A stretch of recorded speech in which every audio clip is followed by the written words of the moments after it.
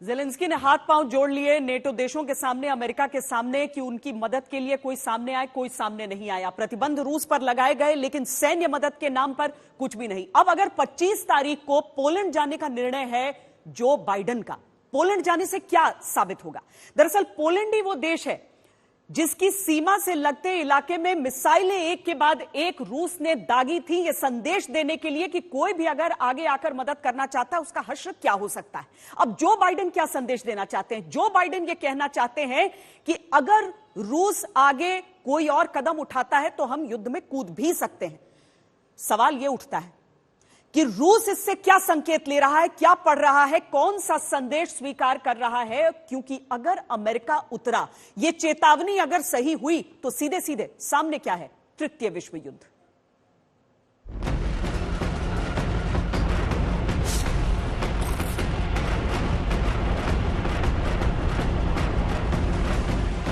सबसे बड़ी बात यह है कि 25 मार्च को अमेरिकी राष्ट्रपति जो बाइडेन नाटो समिट में हिस्सा लेने के लिए पोलैंड जा रहे हैं। युद्ध के दौरान इस दौरे से पहले व्हाइट हाउस ने जो आने वाले दिनों को लेकर बड़ा संकेत दिया है, उसके मुताबिक अमेरिकी राष्ट्रपति 25 मार्च को वार्सो की यात्रा करेंगे, जहां वो पोलैंड के राष्ट्रपति के साथ एक द्विपक्षीय बैठक करेंगे और चर्चा करेंगे कि कैसे अमेरिका अपने सहयोगियों और भागीदारों के साथ मानवीय संकट का जवाब दे रहा है।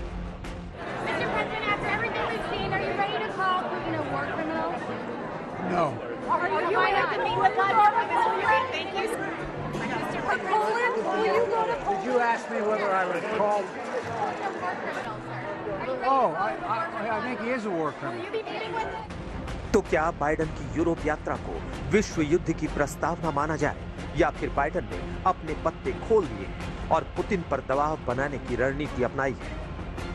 अमेरिका के राष्ट्रपति जो बाइडेन इस शुक्रवार को पोलैंड पहुंच रहे हैं, जहां वो राष्ट्रपति दूदा से मुलाकात करेंगे। प्रत्यक्ष रूप से इसका अभिप्राय तो इस यात्रा का यही बताया जा रहा है कि वो राष्ट्रपति दूदा से शरणार्थियों के अप्रत्याशित रूप से 20 लाख से ज़्यादा शरणार्थियों के आगमन से जो पोलैंड पे भार पड़ा है, आर्थिक बोझ पड़ा है, उस पर चर्चा करेंगे।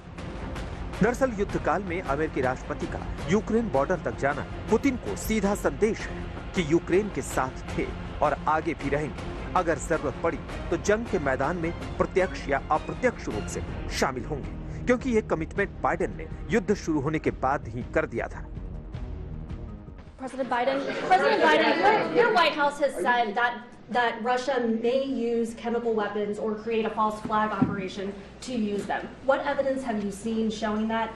And would the U.S. have a military response if Putin does launch a chemical weapons attack? I'm not going to speak about the intelligence, but Russia would pay a severe price if they use chemical weapons. यहाँ आपको 3 बातें गौर करना है। Number 1, Poland दौरे से पहले चीन को अमेरिका की धमकी। नंबर 2, पोलैंड दौरे से पहले यूक्रेन को हथियारों की सप्लाई।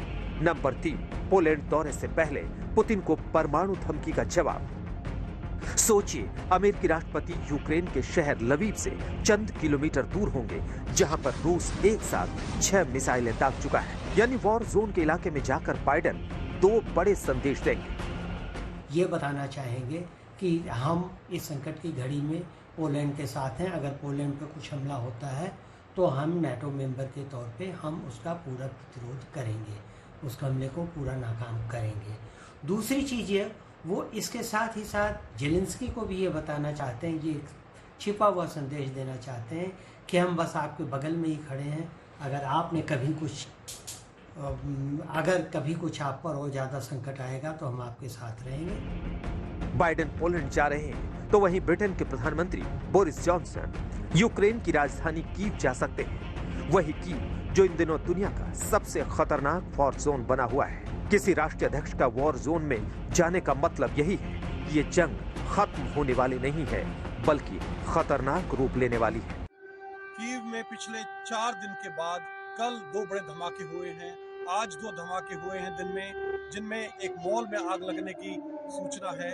और ये जो एयर रेड सायरन्स हैं ये कीव में लगातार चल रहे हैं, लेकिन कोई बड़ा धमाका या ज्यादा बमबारी इस शहर में नहीं हुई है। आसपास के इलाके में भी लड़ाई में काफी कमी आई है। छुटपुट लड़ाई इरपिन में हुई है, लेकिन बाकी इलाके में कीव के आसपास मिलिट्री एक्टिविटी में काफी कमी आई है। कीव से राजेश पवार के साथ आज तक ब्यूरो।